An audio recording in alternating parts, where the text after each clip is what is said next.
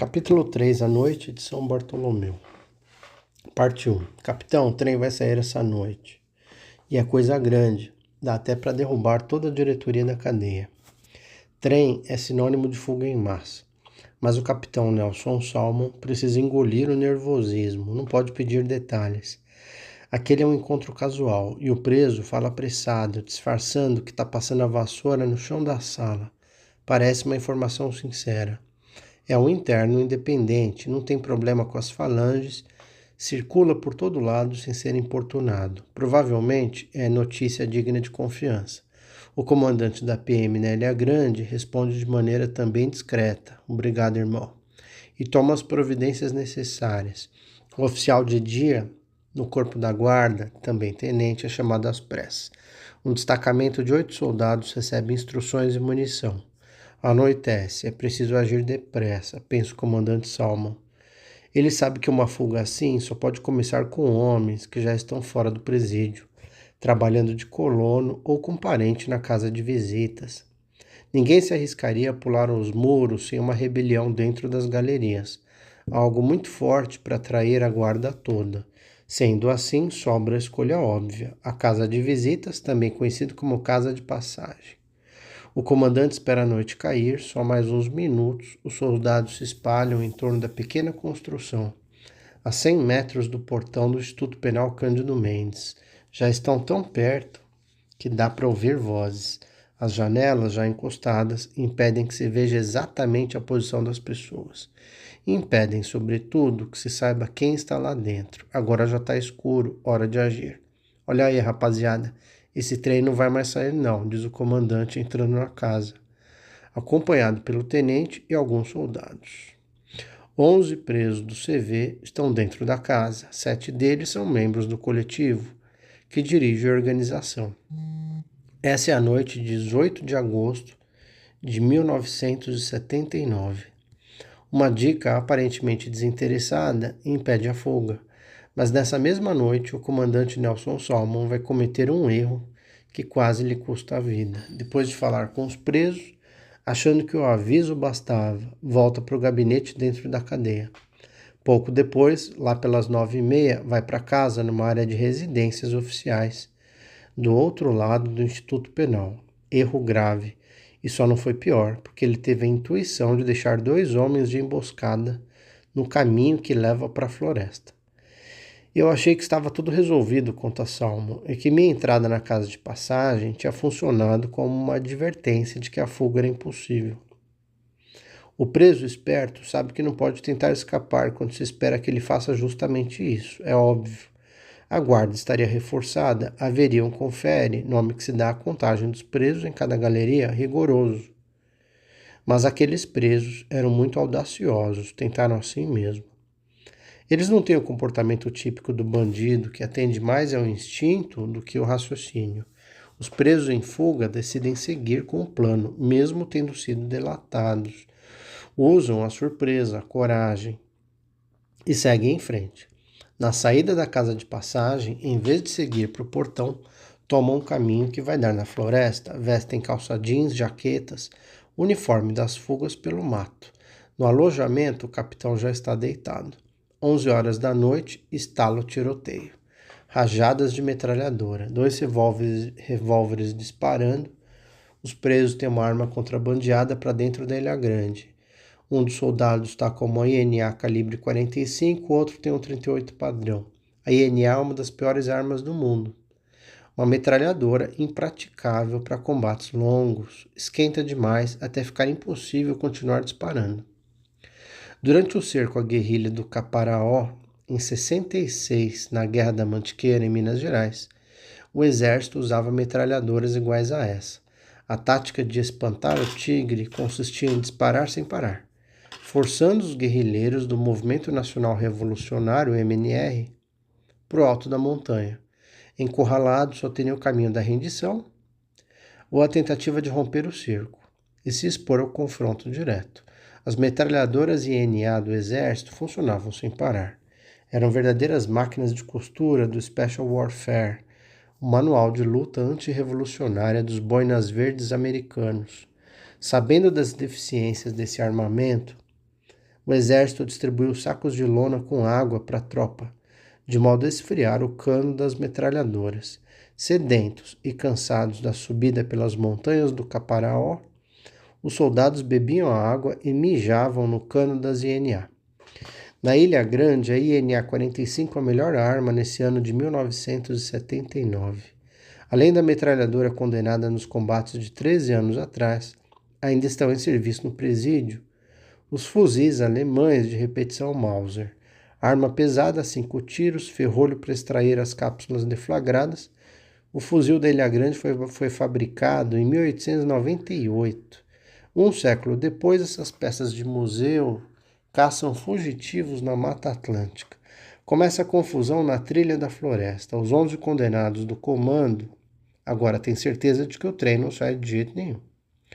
Voltam para o Instituto Penal. Sabem que vem aí o castigo nas celas solitárias, chamadas de surdas. Mas voltam assim mesmo. É melhor do que morrer fuzilado. Com o tiroteio, o comandante pula da cama, se veste como pode, saca o revólver e corre para fora da casa. No caminho, vai juntando soldados que também ouviram os tiros. Os prisioneiros então são cercados, feito gado, armas apontadas, gritos, palavrões, o trem não sai mesmo. Fui surpreendido por toda aquela confusão, diz o comandante Salmon. Nunca podia imaginar que a gente ainda teria tantas aventuras naquela noite. Depois que os detentos foram reconduzidos para as celas, ordenei um confere geral e a revista nas celas. Não há nada mais irritante para o preso do que esse tipo de situação. Por incrível que pareça, muitos deles criavam cães dentro das celas. Ou seja, a revista significava praticamente a noite toda de pé, enquanto a guarda mexia em todos os pertences deles. O comandante pensa o que fazer em seguida. Imagina que tipo de plano tinha sido traçado pelos homens da Galeria B. Aquela só podia ser uma fuga com resgate pelo mar. Alguém tinha uma lancha esperando próximo aos rochedos da ilha. O capitão então tem um palpite, o saco da sardinha, uma pequena enseada, onde um barco ficaria protegido por algumas horas. Vai começar a terceira e a mais séria aventura da noite. A tropa então entra na mata e segue pela trilha de vários quilômetros que conduz ao ponto de resgate. Como eles não têm certeza de nada, os soldados estão despreocupados. Falam alto, acendem lanternas. A caminhada dura quase 2 horas. Ao chegar ao trecho em que se vê o mar e a pequena enseada, o comandante pede que os soldados façam silêncio, andam mais devagar, prestam atenção já na beira de um barranco, exatamente em frente ao saco da sardinha. O comandante percebe luz no escuro do mar. Uma lanterna pisca para ele. É claro que deve haver um código de resposta. Ele não sabe qual, mas arrisca um sinal qualquer. Pisca a própria lanterna 3 vezes. Explode uma fuzilaria infernal em cima da tropa. Todo mundo no chão, grita o comandante. Ele percebe que podem ter aberto a porta de um desastre total, um massacre dele e dos seus soldados. Do mar vem tiro de metralhadora, revólver, pistola automática, uma barreira de fogo mortal. O comandante escorrega, despenca do alto do barranco para o mar, perde a arma na queda e recebe uma saraivada de balas de todos os calibres imaginários. Os tiros assoviam por todo lado. Um milagre, pensa o oficial, que não é atingido. O balanço do mar pode ter ajudado a piorar a pontaria dos homens, que estavam ali para resgatar os fugitivos. Não tenho bem certeza, mas acho que só um soldado foi ferido de raspão, além do comandante que se arranhou um pouco na queda. Seja como for, a coisa toda durou apenas 3 ou 4 minutos. As armas da polícia não tinham alcance para atingir o barco. Aliás, ninguém viu o barco. Mas todos ouviram muito bem quando o motor foi ligado. Pelo ruído que provocou, deve ter sido uma embarcação grande com motores de centro. Em poucos instantes, estava tudo quieto outra vez, a tranquilidade do paraíso. Parte 2. O episódio da fuga frustrada joga mais lenha no caldeirão do diabo, que era o apelido do presídio da Ilha Grande. Agora é a guerra aberta entre as falanges da Ilha Grande. O Comando Vermelho decide que a delação não pode passar impune. Uma reunião na Galeria B dias depois reafirma o código de ética dos presos. Alguém deve morrer. O cagueta tem que levar o troco. A sentença de morte é irrecorrível. Alguém vai mesmo morrer. Todos os homens que aceitam orientação do CV, dentro e fora da galeria LSN, procuram a pista que leve ao delator. Numa cadeia é impossível manter segredo por muito tempo. O encarceramento prolongado faz com que as pessoas falem muito, sobre tudo e sobre todos.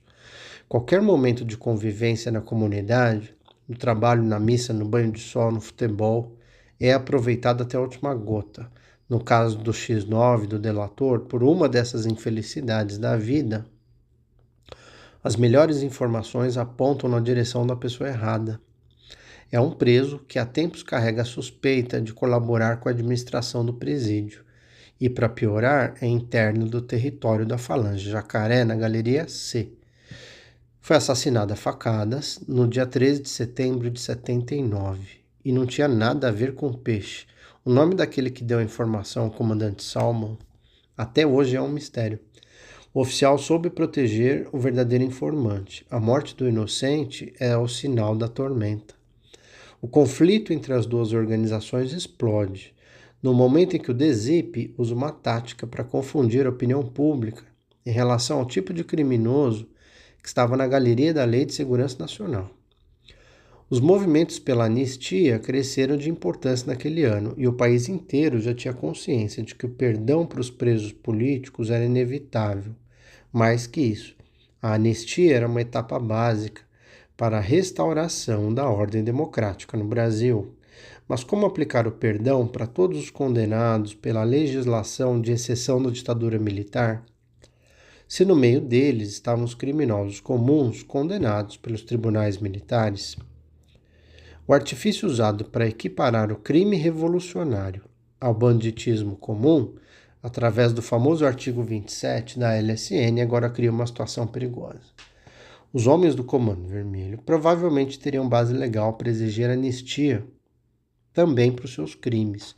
Os juristas a serviço do governo do general João Batista Figueiredo acham uma saída. Em 28 de agosto daquele ano, às 9h30 da manhã, o general-presidente sanciona o Decreto-Lei 6.683. Todos os delitos relacionados com a luta política são perdoados, com uma única ressalva, bem visível no parágrafo 2º do decreto que acaba com 15 anos de perseguições. Excetuam-se anistia os que foram condenados pela prática de crimes de terrorismo, assalto, sequestro e atentado pessoal, fecha aspas. Naqueles dias no interior do Cândido Mendes, presídio da Ilha Grande, o problema era grave. A lei era difícil de caracterizar em relação ao que pudesse ser chamado de, entre aspas, terrorismo, até hoje, né? Mas era fácil de entender no que toca aos assaltos. Aqui o regime pegava o bandido comum, diferenciando-o do militante revolucionário. No Rio, o departamento do sistema penitenciário decidiu quebrar de vez o isolamento que existia entre os presos da LSN e o restante da massa carcerária. O Fundão deixava de ser um território escondido atrás dos portões de ferro da Galeria B. As portas das celas foram abertas, o acesso ao pátio coletivo estava garantido. Ou seja, quanto mais os homens da Galeria B se misturassem por todo o presídio, melhor. William da Silva Lima, o professor, fundador do Comando Vermelho, comenta: continuaríamos a reivindicar para nós a extensão de quaisquer direitos que viessem a ser concedidos a pessoas que haviam cometido os mesmos crimes que nós, principalmente assalto a banco, e estavam enquadradas conosco na mesma lei. Essa posição defendida por ele não teve o menor resultado prático. Ao examinar os acontecimentos daquele período, é fácil entender que os legisladores do regime tinham visão de longo alcance. Pouco antes de o DZIP abrir a Galeria B, os presos receberam ali a visita de um juiz do Superior Tribunal Militar. O porta-voz do Comando Vermelho na época, Nelson Nogueira dos Santos, leu para o magistrado uma lista de reivindicações. A primeira, romper o isolamento da galeria. Os presos não suspeitavam de que o sistema desejava exatamente isso. Quando as portas do Fundão se abriram, por ordem do promotor Antônio Vicente, os falangistas comemoraram vitória. Esquecendo a estratégia do sistema por um momento, a gente percebe que nem tudo foi derrota, para os internos da Galeria B. O Comando Vermelho ganha a chamada liberdade de ir e vir. Os presos circulam por todo lado. Ampliam a influência do grupo em áreas a que nunca tiveram acesso. Os princípios da organização correm de boca em boca. As ameaças também. O Comando Vermelho reúne mais de 90 homens. Tem força. O fundão é legendário, cercado de mistério.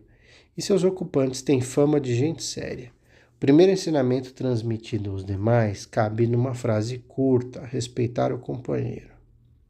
A didática do grupo é quase infalível. Conversa no pátio, conversa nos corredores, conversa nas celas. A força da palavra, em primeiro lugar, mas a força mesmo sempre disponível. Os presos do Comando Vermelho não andam desarmados pela Ilha Grande. Carregam estoques e alguns, possivelmente, armas de fogo. Além disso, o jeito bem brasileiro funciona no recrutamento e na ampliação da influência dos rapazes do fundão. Algumas iniciativas práticas são verdadeiros sucessos.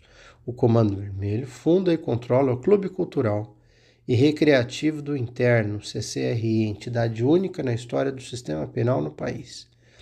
O Grêmio administra uma cantina na qual os presos sem recursos podem comprar fiado, do cigarro à cachaçinha e dizem até maconha. Dinheiro emprestado também não é problema para os membros da organização, que preparam uma caixinha, um fundo de aplicações que recolhe contribuições voluntárias. Aos poucos, gente de outras galerias também começa a participar. E do mundo livre, entre aspas, do continente, também vem dinheiro. Primeiro das famílias dos presos, depois das quadrilhas. Para um assaltante preso, que iria quase certamente para Ilha Grande, o melhor era chegar como amigo e, entre aspas, sócio contribuinte da caixinha da organização. Alguns detentos já idosos, condenados a longas penas e esquecidos pelas famílias, são adotados pelo clube. E detalhe, quando ocorre um crime dentro da cadeia, é comum desses presos mais velhos assumir a responsabilidade, em troca de favor ou segurança. Por isso são chamados de robôs, aqueles que assumem crimes que não fizeram. Para eles não faz diferença ter mais 20 ou 30 anos de condenação nas costas, não vão mesmo sair com vida de trás das grades. Mas as idas e vindas ao continente, para formalidades judiciais, ainda representam uma quebra na dolorosa rotina do encarceramento e a chance de, quem sabe, conseguir fugir. O Clube Cultural Recreativo do Interno, parece até nome de escola de samba, organiza uma farmácia que atende a quem pode pagar por remédio. E quem não pode pagar entra num livro de favores. Paga quando puder ou fica devendo um favor. Lembra a famosa frase da máfia: eu lhe faço um favor e você me faz um favor, capite? Num lugar onde os prisioneiros vivem como mendigos e chegam a fazer fogueira dentro das celas para se aquecer no inverno, as iniciativas do Comando Vermelho são extremamente importantes para o bem-estar coletivo. Isso é uma tática inteligente, mas o grande achado dos líderes do comando é a criação de um time de futebol dos internos, o Chora na Cruz.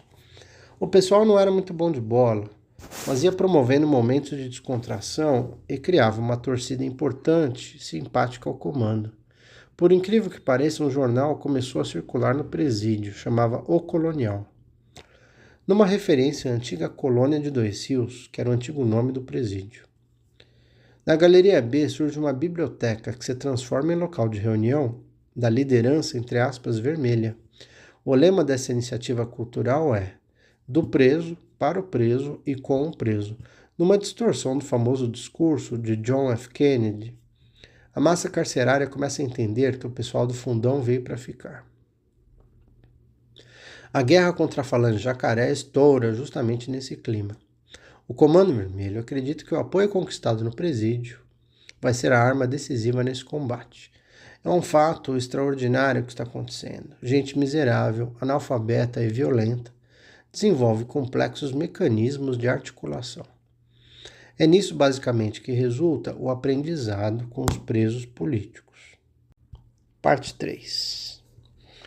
Os inimigos do Comando Vermelho reagem rápido ao assassinato do suposto delator da fuga em massa impedida pelo comandante Salmon. O morto, como sabemos, não era o verdadeiro informante, mas a Falange Zona Norte e seus aliados tomam o crime como um ato de agressão. Uma declaração de hostilidade, especialmente porque o preso assassinado era agente deles.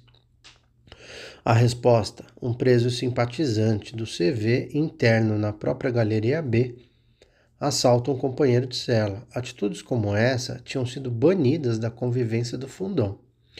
O preso escolhido para atacar o companheiro faz pior, manda o dinheiro para fora da galeria nas mãos de Luiz Carlos Pantoja, o Parazão, um dos comandantes da Falange Zona Norte. O homem que violou a irmandade do comando recebe garantia de que será transferido para a Galeria C, onde estaria salvo. Isso não acontece e ele fica à mercê da organização. É possível, inclusive, que a administração do presídio tenha discordado da transferência só para manter o caldo engrossado. Ou seja, a luta interna interessa aos órgãos da segurança pública, porque o resultado certamente significa bandidos mortos e o desafio está lançado. E o presídio inteiro aguarda a resposta do CV.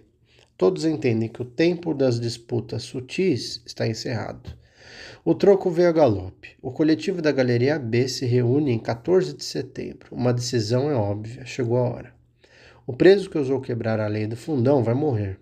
Ao mesmo tempo, um ultimato é jogado na cara dos líderes da Falange Zona Norte. Ou adotam as regras da organização, ou serão eliminados. O prazo é o mais estreito possível, 48 horas para uma resposta. E os vermelhos só aceitam a rendição. A morte do transgressor foi descrita no livro 400 contra 1, uma história do CV, as memórias de William da Silva Lima, o professor. Abre aspas. Um preso do nosso coletivo assaltou um companheiro, rompendo o pacto de não violência que a gente tinha estabelecido entre nós. Como agravante, assumiu uma posição desafiadora. Quando o assunto foi trazido à luz, estava inspirado e apoiado pela quadrilha, que então dominava toda a Ilha Grande, cobrando pedágio, matando e estuprando. O produto do roubo, quando investigamos, já foi enviado para fora do fundão. Era uma provocação. Fecha aspas. O coletivo do CV sentenciou o companheiro à morte, porque, abre aspas, aceitar sua impunidade seria uma confissão de fraqueza, desunião e pusilanimidade. Fecha aspas. Ele foi atacado a golpes de estoque. Foi esfaqueado. O cadáver chegou ao IML do Rio de Janeiro, com perfurações no peito e nas costas. Apresentava hematomas no rosto e na cabeça, indicando que tentou se defender. O golpe de misericórdia foi uma violenta facada no meio do crânio, que perfurou o cérebro do preso. Pobre peão no xadrez da Ilha Grande. William conta mais. Nesses momentos críticos é que a vida de um coletivo se põe à prova. No nosso caso, o cadáver do preso assaltante, retirado ainda ensanguentado e quente pelos guardas ao longo das galerias, anunciava a toda a Ilha Grande que não estávamos intimidados, nem rendidos, nem brincando. Quem diante de nós quisesse manter os velhos hábitos da cadeia, estuprando, matando, assaltando, que se preparasse para as consequências. Os preparativos para a guerra começaram em ritmo febril. Colheres eram raspadas na pedra até se transformar em facas, as naifas, pedaços de madeira com pregos. Viravam clavas medievais de combate. Armas de fogo eram improvisadas. Um suporte de madeira, um cano de ferro, uma única bala disparada, com o impacto de um pedaço de elástico que carrega um prego. Estoques são afiados, as naifas, facas improvisadas, tudo que pudesse agredir, ferir, matar, entrava para o arsenal dos grupos rivais. De acordo com o relato que me foi feito pelo comandante Salmo, naquele mesmo dia, os presos da Falange Zona Norte optaram pela prudência e anunciaram que não sairiam mais da Galeria C, nem para comer. Estavam presos numa armadilha, vai correr sangue no paraíso. Parte 4. Segunda-feira, 17 de setembro de 1979. Amanhece ensolarada e quente na Ilha Grande. Céu azul, nuvens baixas na linha do horizonte. O cenário era cinematográfico. Assim acaba o prazo dado pelo Comando Vermelho para a rendição da Falange Jacaré. Durante toda a madrugada, os vermelhos afiam as armas. Os inimigos, abusando da prudência, reúnem os líderes numa única cela, o cubículo número 24 da Galeria C, distante da entrada do corredor. Ali estão, além dos chefões, 30 presos de confiança. Na cela ao lado, outros 20, todos armados e dispostos a manter a qualquer preço o controle do presídio. O que acontece a seguir, até hoje, é mal contado. Mas o fato é que o CV invade a galeria ao raiar do dia. Exatamente às 5h30 da manhã. São dezenas de presos armados no corredor. O grupo anuncia aos berros que vai poupar a vida de quem se render, passando para o cubículo número 19 na mesma ala. Colchões e móveis são amontoados na porta das celas da Falange Jacaré. O fogo pode ser aceso a qualquer momento, alimentado por litros de álcool que os presos usam para aliviar as mordidas de percevejos e pulgas. A galeria é só grito. A guarda do presídio, curiosamente, não se mete na confusão. A pressão é tão grande que os presos encurralados resolvem enfrentar o ultimato cara a cara. Saem João Carlos da Silva, o Ratinho, e Osório Costa, o Caveira. A ideia é mostrar que não tem medo e que tudo não passa de um blefe dos vermelhos. A batalha é rápida, sangrenta e implacável. Mais de 3 dezenas de homens do CV caem em cima deles. 30 homens. São mortos a socos e pontapés, pauladas e golpe de facada. Os corpos ficam estendidos no meio do corredor. Sangue para todo lado. Isso basta para que 10 presos se rendam e passem a, entre aspas, cela de segurança, cuja porta está vigiada pelo comando. A guarda continua afastada, um mistério. A tensão aumenta. Um machado aparece na mão de um dos homens da organização. E a porta do cubículo 24 começa a ser arrombada. 4 inimigos do comando tentam romper o cerco, dessa vez os líderes mais temidos da Falange de Zona Norte. Luiz Carlos Pantoja, o Parazão. Jorge da Silva Rodrigues, o Marimba. Carlos Alberto Veras, o Naval. E José Cristiano da Silva. Um grito uníssono estremece o corredor. Morte aos canalhas. Foi um massacre. Os 4 são despedaçados em minutos. A cela é invadida e outros 10 presos são feridos. Em meio a tamanha violência, outros homens da Falange Zona Norte, que estão na cela ao lado, conseguem abrir um buraco na parede que dá para o pátio. Fogem usando terezas, aquelas cordas improvisadas com ganchos de ferro na ponta, que os ajudam a descer do 2º andar. Eles enrolam lençóis, amarram lençóis. Vão se refugiar no prédio da administração. Quase ao mesmo tempo, os guardas do DZIP e a tropa da PM entram no campo de batalha. Aí tiros, bombas de gás, porrada em todo mundo. 2 presos do comando, Edson Raimundo dos Santos e Ivanildo Luiz Marques de Almeida. São agarrados ainda com as mãos sujas de sangue. Mais 2 prisões, Sebastião Prado Santana e Sidmar dos Santos, na base do cacete, a paz e a ordem, vão sendo restabelecidas no caldeirão do diabo. Está no fim a noite de São Bartolomeu, título que o comandante Salman usou para definir o massacre no relatório que fez aos seus superiores, a única noite da história que acontece em plena luz do dia. Parte 5. O mito da noite de São Bartolomeu é antigo.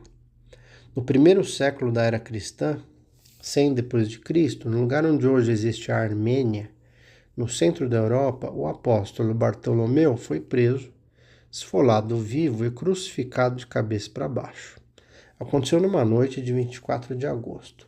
Em 1572, na mesma data, houve um massacre de protestantes franceses sob o reinado de Carlos IX. Dessa vez eram os católicos que trucidavam dezenas de pessoas. Mas a noite de São Bartolomeu ganha fama mesmo na década de 1930, quando o gangster americano Al Capone manda matar seus rivais de uma só vez na violenta Chicago da Lei Seca.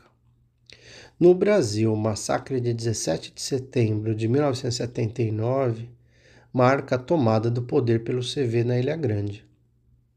Os grupos menores que viviam à sombra da Falange Zona Norte estabelecem imediatamente um pacto com os vermelhos. A cadeia agora tem uma só liderança.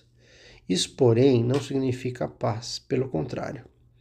Foi inaugurado um período de lutas que vai se ampliar às penitenciárias do continente. Mesmo na Ilha Grande, continua a correr sangue. 2 dias depois da noite de São Bartolomeu, em 19 de setembro, os presos Luiz de Souto Machado e Dácio da Cruz morrem de facadas no corredor da Galeria A. Os corpos chegam ao IML com 20 perfurações. Dia 29, o acerto de contas continua. Jorge Fernando Figueiredo, Pintinha, leva 30 facadas. O assassino de Pintinha é Marcos Sanini Escobar. Na delegacia policial de Angra, ele declara com toda franqueza em depoimento prestado em 30 de setembro. Doutor, na cadeia quem não mata morre. Pintinha estava nos devendo. Ontem cansei de esperar, olhei para a cara dele e parti para a definição com a faca na mão. Não sei quantos furos dei nele porque perdi a conta. Toda essa matança sistemática leva o comandante Salmon a redigir um documento ao Comando-Geral da PM. À época chefiado pelo coronel Newton Cerqueira, o homem que organizou a caçada e a morte do líder guerrilheiro Carlos Lamarca, da VPR, a Vanguarda Popular Revolucionária. Uma cópia do relatório vai para o DESIP, com minuciosa descrição da luta interna no presídio. E suas prováveis consequências, o documento não é levado em conta. E hoje não há uma única pista a respeito de seu paradeiro nos arquivos oficiais do Estado do Rio. O próprio comandante Salmon admite. Depois disso, eu só tive problemas. Eles não acreditavam no que eu estava prognosticando. Meus companheiros da Ilha Grande chegaram a me aconselhar a não entregar o relatório. Até agora não entendo direito por que é que a verdade não podia ser revelada. A incredulidade das autoridades estaduais teve um preço. A experiência do Fundão vai ser levada a todas as instituições penais. O braço da organização vai se estender ao redor dos 14 mil presos do estado do Rio de Janeiro, especialmente porque a direção do sistema penal cometeu um erro muito grave, transferindo para outras unidades carcerárias alguns dos líderes do Comando Vermelho e muitos dos seus inimigos. Momentaneamente, a população da Ilha Grande se reduz, mas a repercussão da matança só aumenta. As novas e mais radicais de ordem do Comando Vermelho são ouvidas em todas as cadeias. 1. Morte para quem assaltar ou estuprar companheiro. 2. Incompatibilidades trazidas da rua devem ser resolvidas na rua, porque a rivalidade entre quadrilhas não pode perturbar a vida na cadeia. 3. Violência apenas para tentar fugir. 4. Luta permanente contra a repressão e os abusos do sistema. Pouco tempo depois, o comando criou o slogan da organização, resumido numa só frase: paz, justiça e liberdade, copiado pelo PCC décadas depois. Até hoje é esse o lema da organização criminosa mais perigosa do país. Está escrito nas paredes das casas das favelas, nos trens da Central do Brasil, nas biqueiras e nos pontos de vendas de drogas. A organização finalmente consegue se projetar para fora da Ilha Grande. É preciso agora manter e fortalecer o contato com os outros presídios através de um complicado sistema de mensagens conduzidos por familiares e advogados gravatas que visitam a ilha. Por uma ironia da história, a tarefa é facilitada, porque o Comando Vermelho consegue burlar a boa-fé das freiras da Casa das Irmãs de São Vicente de Paula, instalada um ano antes e mantida pela Pastoral Penal da Arquidiocese do Rio de Janeiro. Nesse local, na área dos presos colonos, próximo ao presídio, os internos da Ilha Grande recebem assistência jurídica e têm a oportunidade de estar a sós com advogados e pessoas ligadas à igreja. Uma dessas pessoas é a estagiária de Direito Simone Barros Corrêa Menezes, uma baiana de 23 anos que termina se casando com o número 1 da organização, justamente William da Silva Lima, o professor, fundador do CV. Simone é quem descreve seu encontro com o professor. Quando foi levado à cela dele, esperava encontrar alguém completamente diferente, que fizesse jus à imagem de líder do Comando Vermelho. Mas ao contrário, encontrei um homem simples, tranquilo, muito cerebral. Estava sentado num beliche onde só tinha um lençol. Na cela não tinha nada, era um lugar espartano. Quando perguntei por que tudo ali era tão precário, William respondeu: mas eu não moro aqui, isso aqui não é a minha casa. Encontrei um homem doce, gentil, inteiramente diferente da imagem que eu tinha antes de conhecê-lo. Ele tinha muito consciência do papel que coube a ele na vida. Bom, a união de William e Simone dura até hoje. Sobrevive apesar do drama das penitenciárias e da luta feroz pela vida que cerca um bandido como ele. Quando William finalmente escapou, os dois viveram um bom tempo como um casal qualquer em São Paulo. Um período de paz e liberdade. Eles têm 3 filhos, além de outro do primeiro casamento do professor. O menino tem 11 anos e se chama Danton, nome de um dos mais combativos líderes da Revolução Francesa. Simone fala mais. William nunca fez o tipo do preso coitadinho, carente. Ele é um preso comum, que tem ideias políticas, mas não se considera líder de nada. William também não é a única cabeça pensante no sistema penitenciário, mas sempre soube dizer não, por isso foi massacrado. Ele era um assaltante de banco, e como todo mundo sabe, assalto a banco não dá dinheiro. Primeiro porque o montante anunciado do roubo é sempre maior do que os assaltantes realmente levam. Segundo porque o bandido nunca consegue roubar muito dinheiro de uma vez só. Se assim fosse, o sujeito roubava um banco e tinha dinheiro para o resto da vida. Além disso, o dinheiro roubado já está todo comprometido. Um assalto envolve muita gente. Depois do dinheiro dividido, sobra muito pouco para cada um. William nunca teve uma vida rica, muito pelo contrário. No encontro que tive com o comandante Salmon em dezembro de 1990, o oficial da PM comentou o funcionamento da Casa das Irmãs de São Vicente de Paula, onde começou o romance do líder com a estagiária de direito. Olha, a intenção das religiosas era a melhor possível. Tratavam da assistência espiritual dos internos e ajudavam como podiam. Facilitavam o encontro dos presos com as suas mulheres e seus filhos. Reatavam casamentos desfeitos por causa de anos de condenação. Além disso, a assistência jurídica entrava com pedido de revisão de pena e outras medidas legais. O que elas não perceberam foi que alguns daqueles presos, os da antiga LSN, antiga Lei de Segurança Nacional, tinham outros propósitos. Depois da instalação do serviço religioso, surgiram casos de contrabando de arma de fogo para a organização. E houve a primeira fuga com resgate pelo mar. Quem foge primeiro é Jorge Jordão, Caô, integrante da comissão inicial, um dos mais influentes líderes do comando, amigo íntimo de William da Silva Lima. Um homem de coragem provada e comprovada. Ele sai levando 7 companheiros, atravessa as matas da Ilha Grande e escapa de barco. Some no continente e vai formar a primeira quadrilha a agir em nome do grupo, CV. Assalta bancos e usa o dinheiro para financiar a fuga de outros presos. Além do mais, tem 2 missões importantes: desenvolver o sistema de comunicação e fazer contato com os outros bandidos do mesmo calibre para aumentar a receita do Comando Vermelho. Mais ainda, inicia a preparação do esquema jurídico da organização. São advogados que aceitam ir além de suas atribuições legais no trato dos assuntos de seus clientes. No ano de 1990, após o sequestro do empresário Roberto Medina, famoso sequestro, o então secretário de Justiça do Rio, João Marcelo de Araújo Neto, denunciou a existência da estrutura de apoio legal ao CV. Para pegar a correspondência do crime organizado, ele usou um método simples: anotar o nome de cada advogado que entrasse nas instituições penais do Estado, jogar tudo no computador e depois cruzar os dados. O resultado foi a descoberta de que determinado grupo de advogados entrava e saía sem parar das penitenciárias, algumas vezes visitando 5 presos diferentes por dia. A cada uma dessas visitas, uma ordem do Comando Vermelho chega a seu destino. O correio da organização orienta a guerra dentro das penitenciárias, manda instruções para as quadrilhas aliadas que estão na rua, faz cobranças, emite decretos. Decide sobre a vida e a morte. Essa vocação para dar ordens vai acompanhar o grupo em todas as suas atividades.